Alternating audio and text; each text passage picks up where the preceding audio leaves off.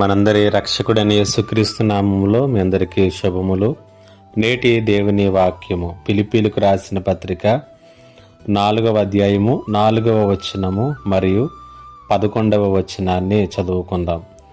ఎల్లప్పుడూ ప్రభువునందు ఆనందించుడి, మరలా చెప్పుచున్నాను ఆనందించుడి. అలాగనే 11వ వచనములో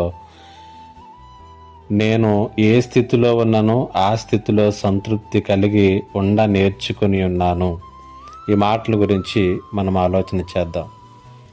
దేవుడు మనకిచ్చినటువంటి ఒకే ఒక జీవితం, ఇది కూడా ఎంతో అందమైనటువంటి జీవితముగా పరిశుద్ధ గ్రంథం తెలియచేస్తుంది.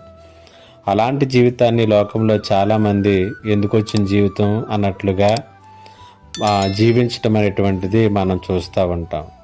అలా కాకుండా జీవితాన్ని అనుదినము కూడా ఆనందిస్తూ, జీవితమును అనుదినము కూడా ఆస్వాదిస్తూ మనము జీవించగలమా?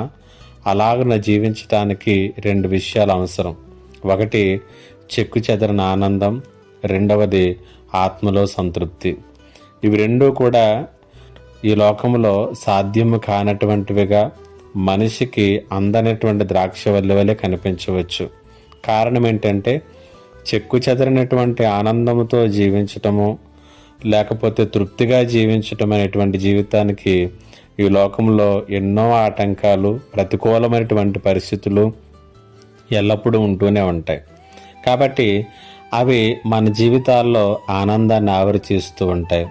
అలాగనే మనిషిలో కలిగినటువంటి హద్దు లేనటువంటి కోరికలు ఏవైతే ఉన్నాయో అవి మనల్ని తృప్తి లేకుండా చేస్తూ ఉంటాయి. అయితే ఫిలిప్పీ పత్రిక 4వ అధ్యాయము 4వ వచనంలోను 11వ వచనంలోను పౌలు చెప్పినటువంటి మాటలు చాలా ఆశ్చర్యాన్ని కలిగించవచ్చు.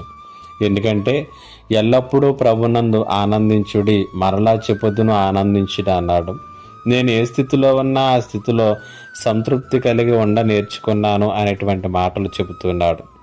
ఈ మాటలు మనం చదువుతున్నప్పుడు బహుశా ఆయన జీవితంలో అన్నీ కూడా బాగున్నాయి కాబట్టి, బాగా ఉన్నటువంటి వారు అన్నీ సవ్యంగా జరుగుతున్నప్పుడు ఆనందించమని ఎవరైనా చెప్పగలరని అనుకుంటారేమో. కానీ ఈ మాటలు చెప్పేటటువంటి సమయానికి పౌలు చెరసాలలో ఉన్నాడు కాబట్టి ఆనందించమని రాస్తూ ఉన్నాడు.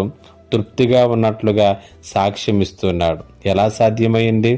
ఒకే ఒక్క కారణం, ఆయన నమ్మి నమ్మకంగా వెంబడించినటువంటి యేసు. నీ జీవితంలో కూడా ఇది సాధ్యమే. ఎప్పుడంటే యేసు నీలో ఉన్నప్పుడు, నీతో ఉన్నప్పుడు.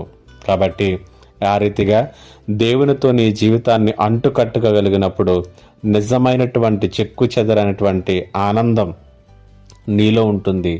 అలాగనే ఆత్మ సంతృప్తితో కూడినటువంటి జీవితాన్ని జీవించగలుగుతాం. పరిశుద్ధాత్మ దేవుడు ఈ మాటలు విన్నటువంటి ప్రతి ఒక్కరి జీవితములను అట్టి రీతిగా మార్చునుగాక. ఆమెన్. ప్రార్థన. మా దేవ, నీకు వందనాలు. ఈ మాటల చేత ప్రతి ఒక్కరిని బలపరచమని యేసు నామములో అడిగి వేడుకొనుచున్నాను తండ్రి. ఆమెన్.